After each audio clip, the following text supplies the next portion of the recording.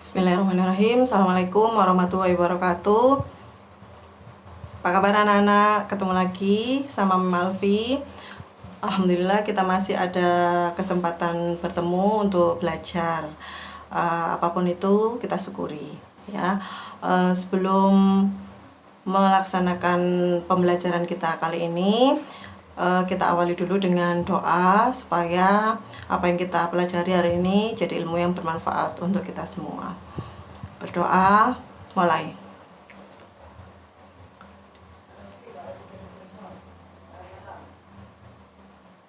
Selesai.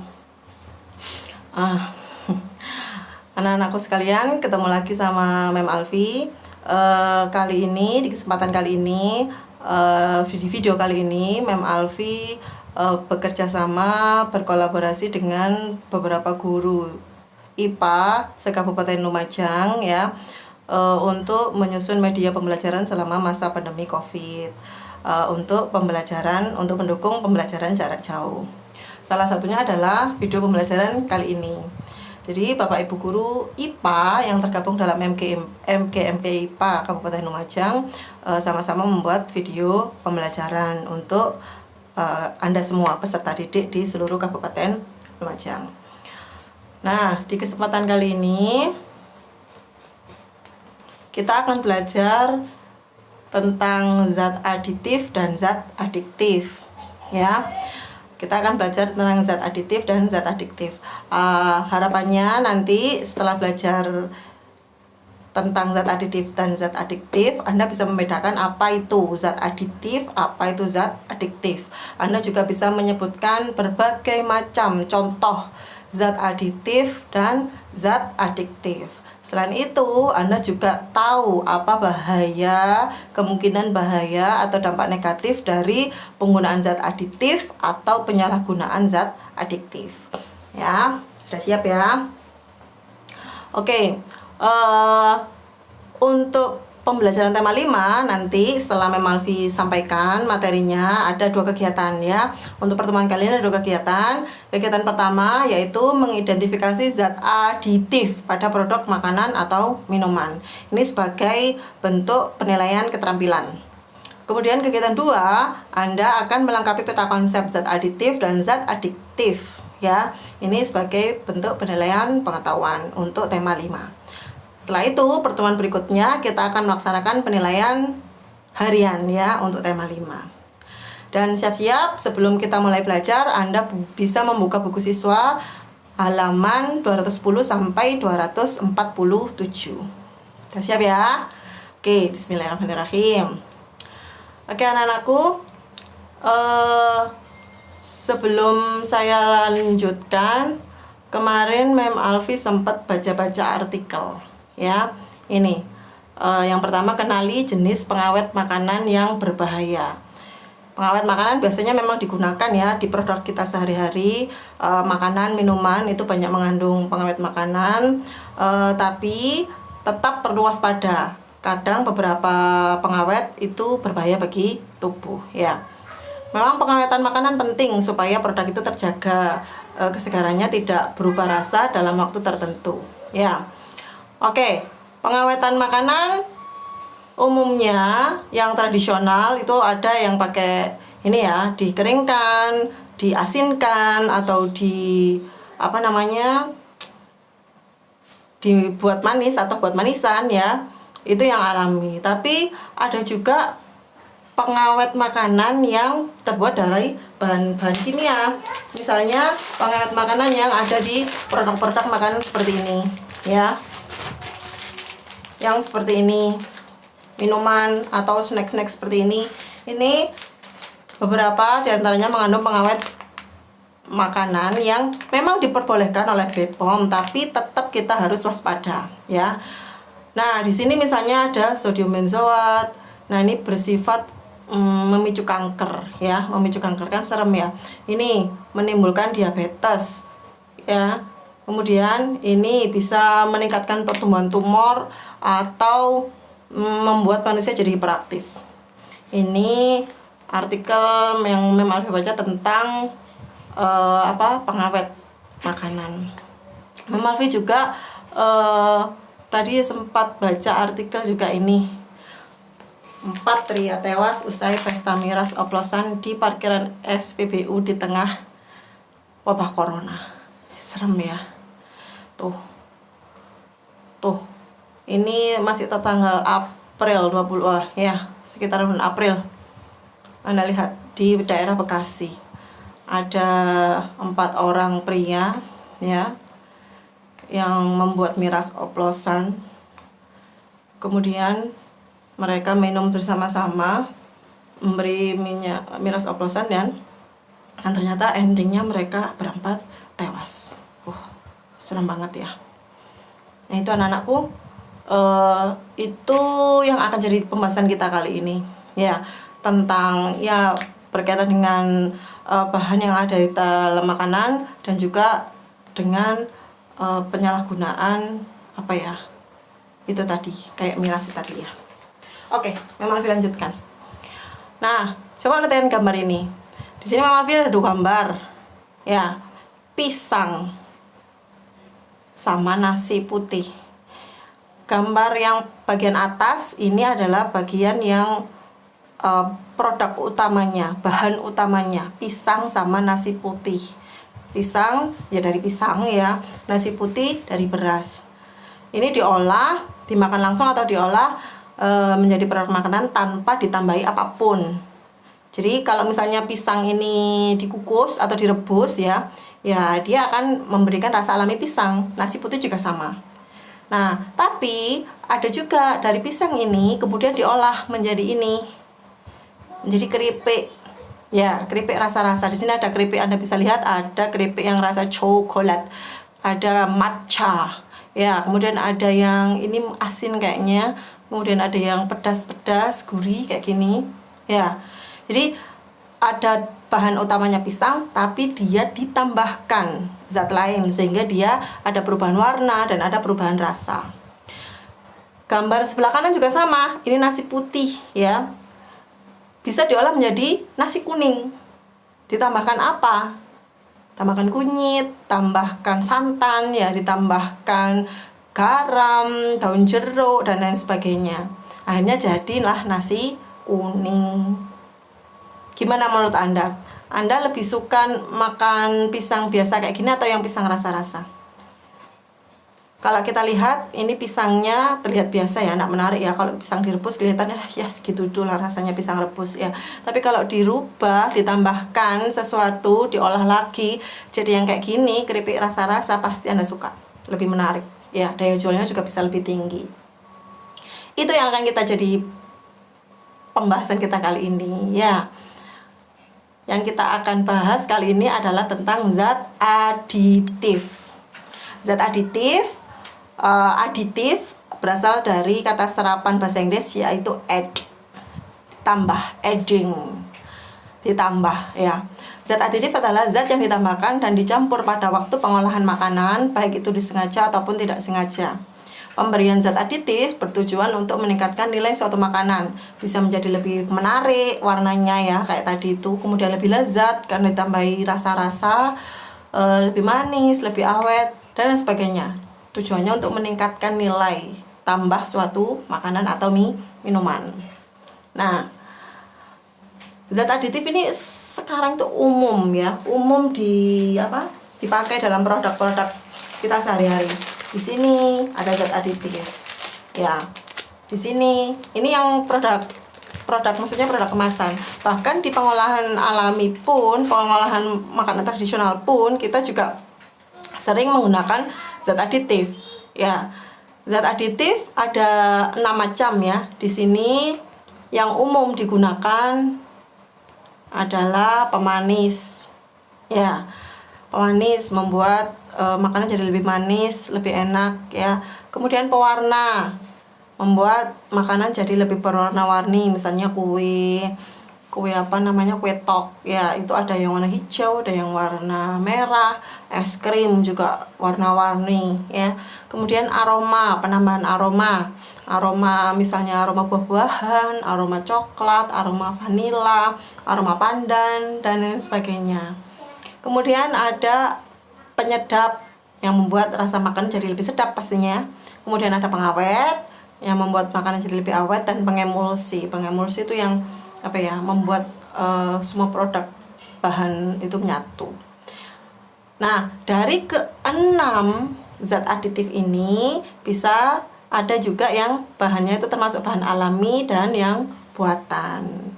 Nah, selanjutnya kita akan bahas masing-masing ya. Siap ya? Oke. Kita bahas dulu pemanis. Di sini pemanis ya tujuannya untuk menambah rasa manis pada makanan atau minuman ya. Pemanis ada dua macam, yaitu alami dan buatan. Di sini yang pemanis alami misalnya ada gula aren dari gula kelapa ya, ada gula pasir dari tebu, ada stevia yaitu dari daun stevia, pemanis alami ini ya. Dan kalau pemanis alami ini terutama untuk gula aren dan gula pasir ini mengandung kalori ya, nilai kalori atau energi yang lebih besar daripada produk pemanis lainnya. Kemudian ada pemanis yang buatan. Nah, ini contohnya ada sakarin, aspartam, dan asesulfam. Bentuknya serbuk kayak gini. Penambahan sedikit saja sakarin atau aspartam itu bisa meningkatkan rasa manis sampai berkali-kali lipat daripada penggunaan gula pasir atau gula tebu ya. Jadi secara ekonomis lebih menguntungkan menggunakan pemanis buatan daripada pemanis alami ya. Oke. Dilanjutkan pewarna makanan. Pewarna. Nah, seperti tadi Mama sampaikan, nasi kuning ya.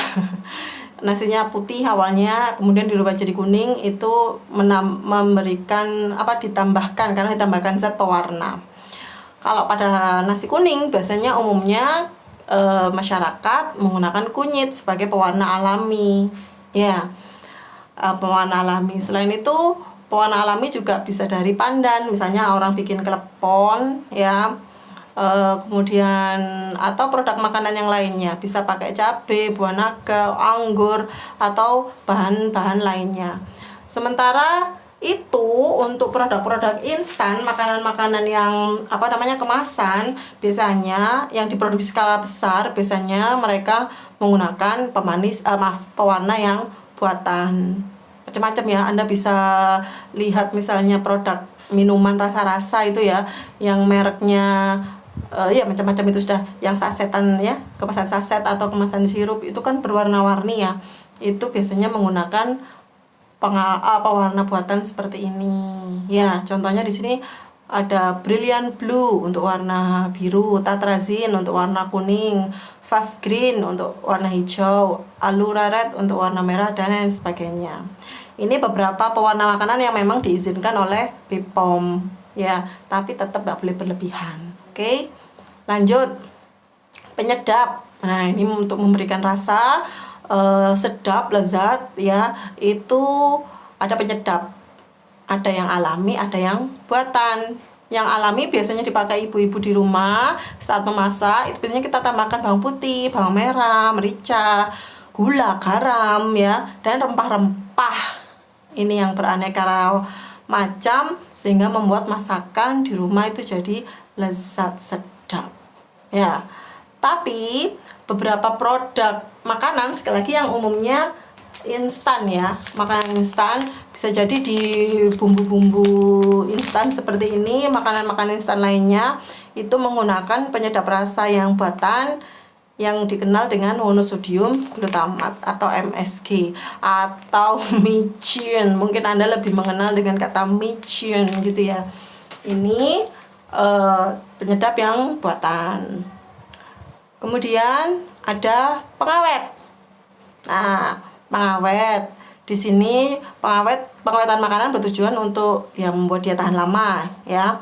Pengawet alami ada juga yang buatan. Pengawet alami contohnya gula, dibuat manisan misalnya ya, buah-buahan itu dibuat manisan jadi lebih awet, atau dikasih garam dibuat asinan, atau dikeringkan kayak ini contohnya ikan asin ya.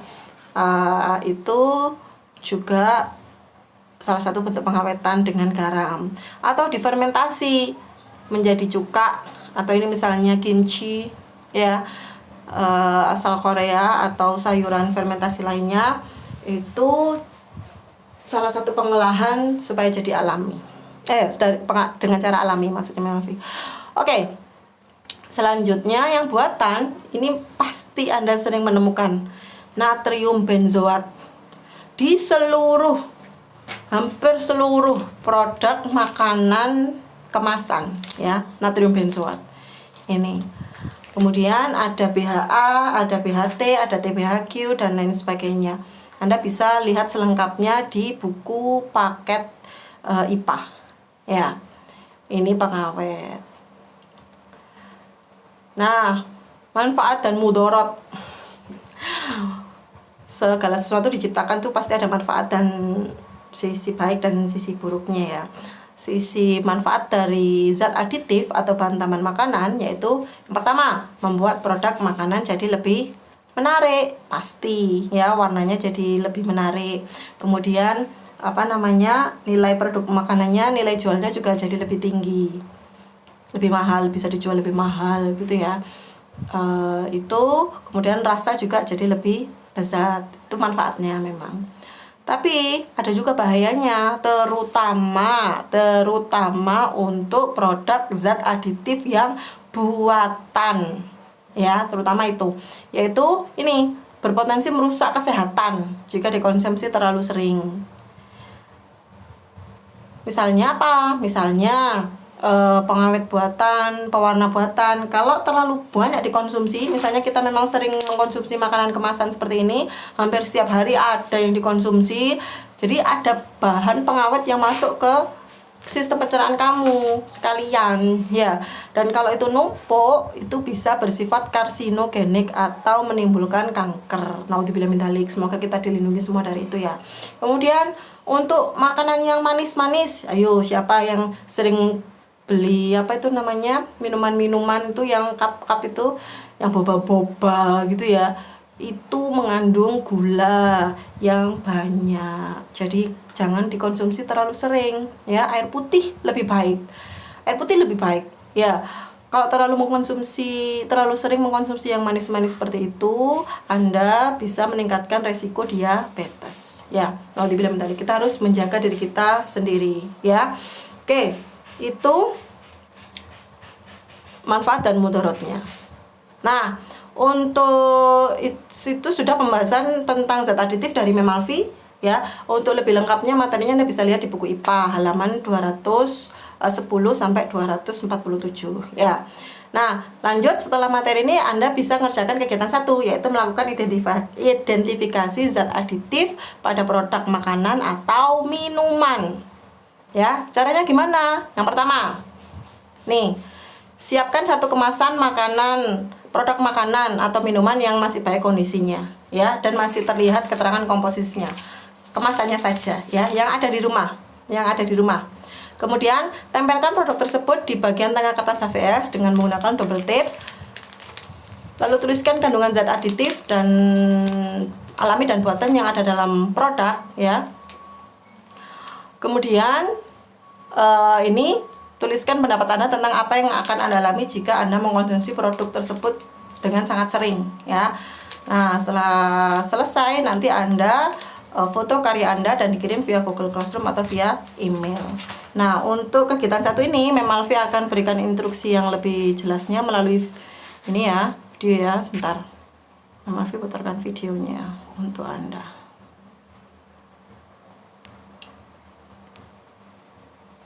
Silahkan diperhatikan.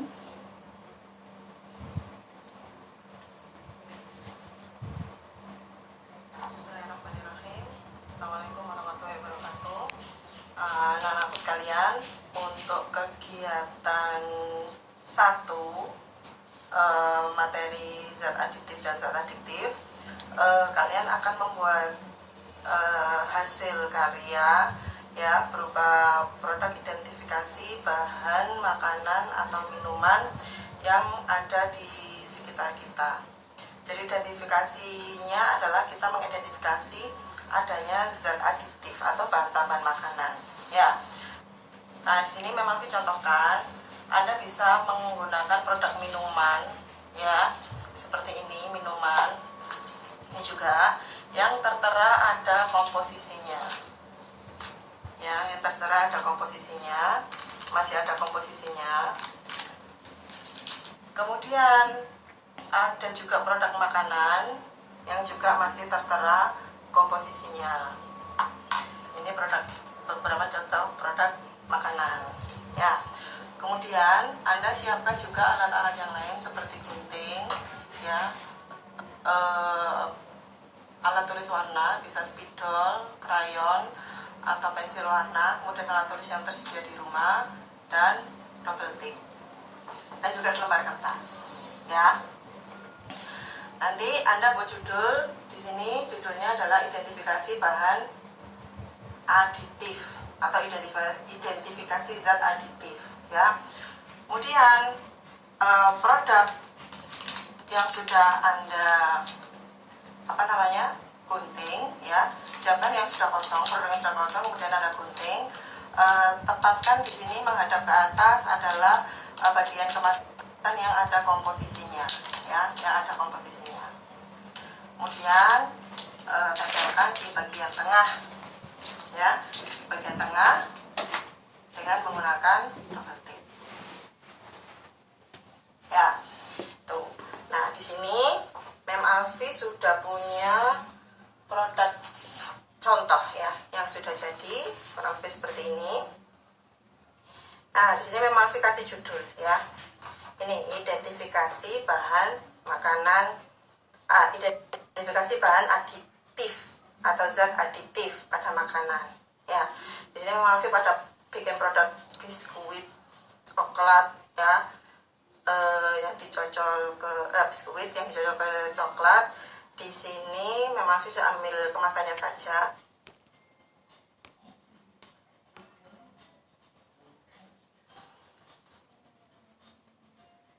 Ini judulnya adalah dicocol ke biskuit yang dicocol ke coklat. Di sini Mem Alfi saya ambil kemasannya saja. Kemudian Mem Alfi lihat di komposisinya, cari bahan tambahan makanan ya, bahan tambahan, bukan bahan utama, bahan tambahan yang ada di komposisi ini. Nah, temuan Mem Alfi ada 5. Dikelompokkan sebelah kiri ya, sebelah kiri ini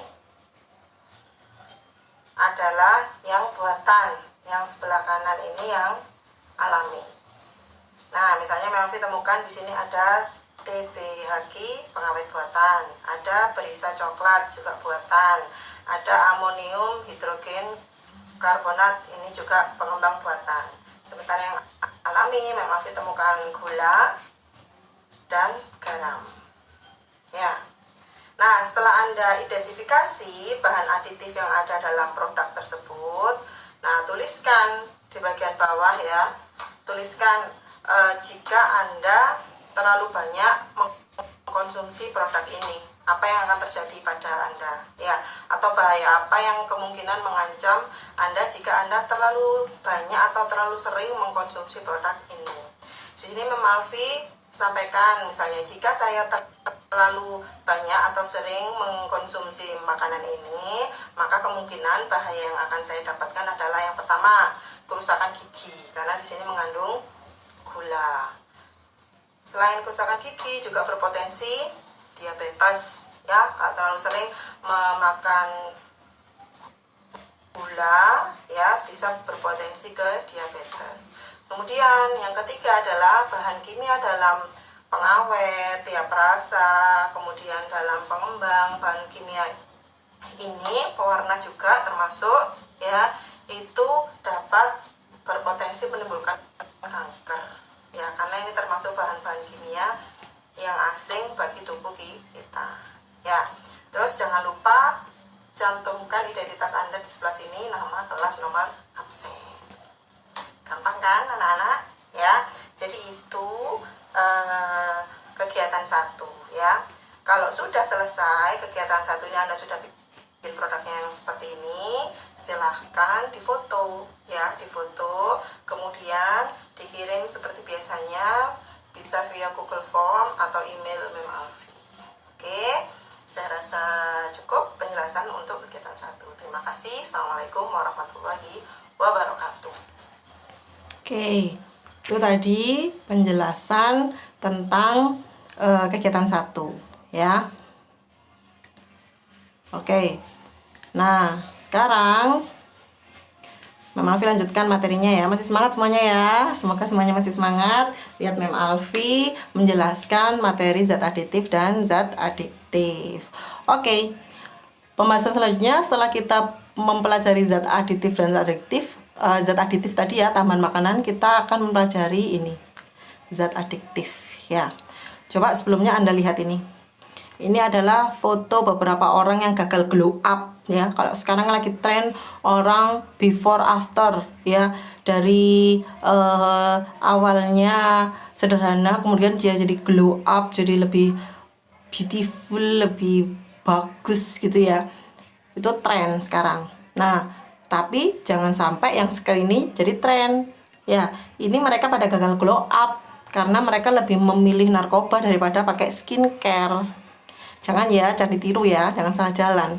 Lihat Anda bisa perhatikan itu wajahnya. Gimana menurut Anda? Awalnya cantik, setelah mereka mengenal narkoba,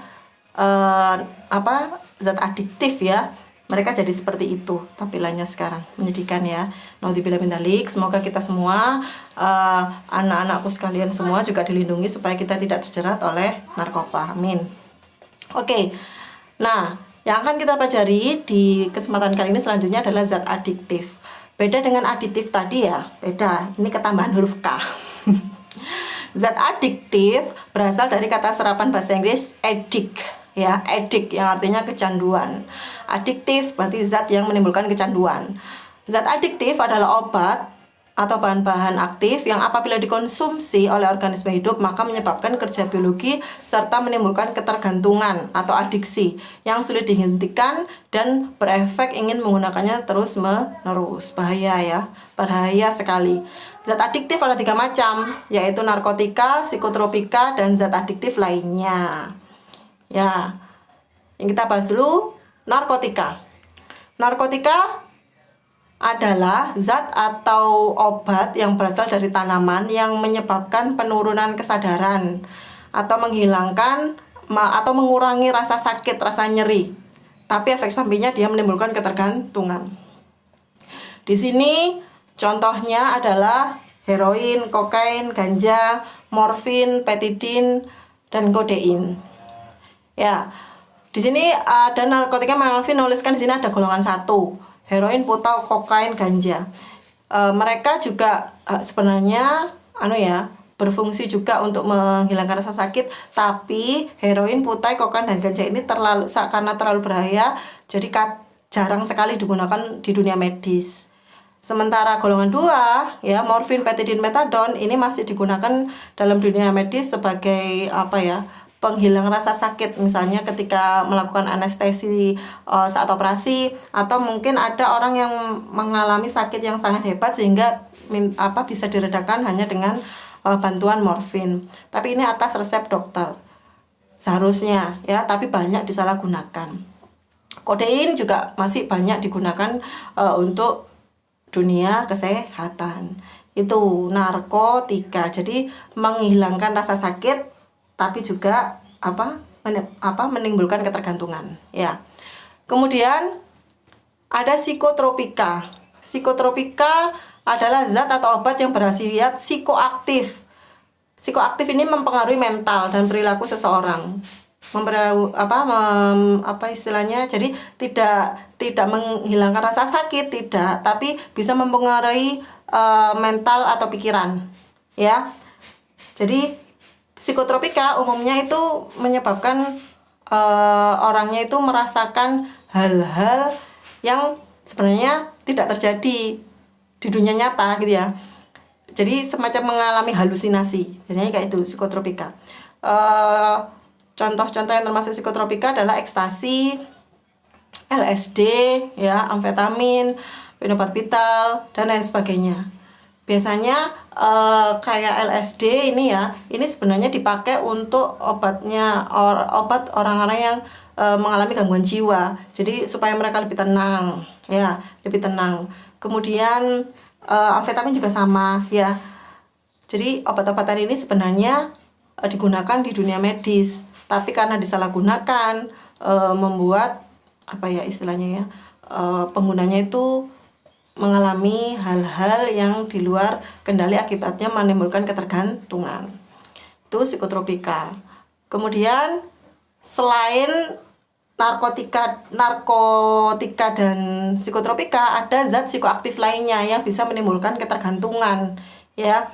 Jadi zat psikoaktif lainnya adalah zat selain kelompok narkotika dan psikotropika yang disalahgunakan dan dapat berbahaya dan menimbulkan ketergantungan. Misalnya nikotin pada rokok, ya. Rokok itu kelihatannya sepele, tapi di situ ada zat yang menimbulkan Anda ketergantungan, yaitu nikotin, dan juga zat-zat lainnya yang sangat berbahaya bagi tubuh Anda ketika produk tersebut Anda gunakan, ya. Alkohol juga.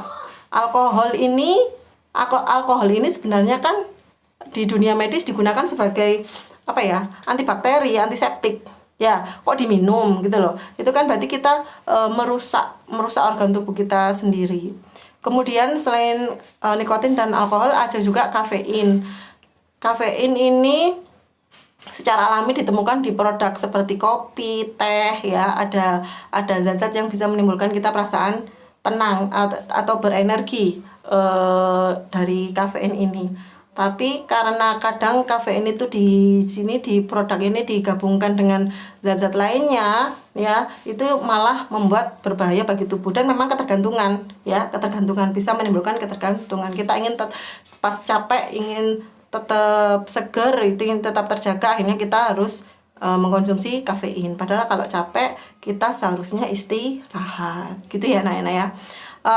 Untuk contoh-contoh lainnya dari psikotropika, narkotika, dan penjelasan lebih lengkapnya bisa Anda lihat di buku siswa, ya. Nah, selanjutnya kegiatan 2 adalah setelah Anda mempelajari zat adiktif dan zat aditif, kegiatan Anda selanjutnya adalah melengkapi peta konsep zat aditif dan zat adiktif. Nanti Memalvi share peta konsep blanknya, ya, atau template-nya dengan file PDF. Nanti silakan Anda download, di print, kemudian Anda lengkapi tulis tangan, ya, peta konsep tersebut. Kemudian kalau sudah Anda lengkapi, silakan diberikan identitas, kemudian difoto hasilnya dan dikirim via Google Classroom atau email, ya. Tuh.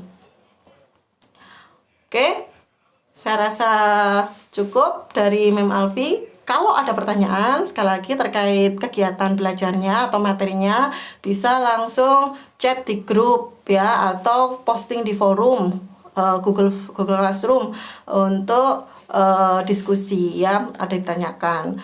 Kemudian Mem Alfi harap Anda semua masih semangat belajar selama pandemi COVID ini, meskipun kurang maksimal, ya, penyampaian materinya atau pemahaman Anda.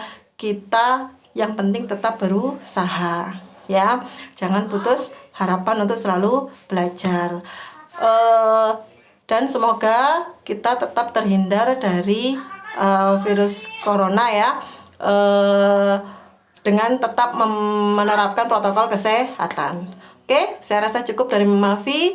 Saya akhiri. Terima kasih. Assalamualaikum warahmatullahi wabarakatuh.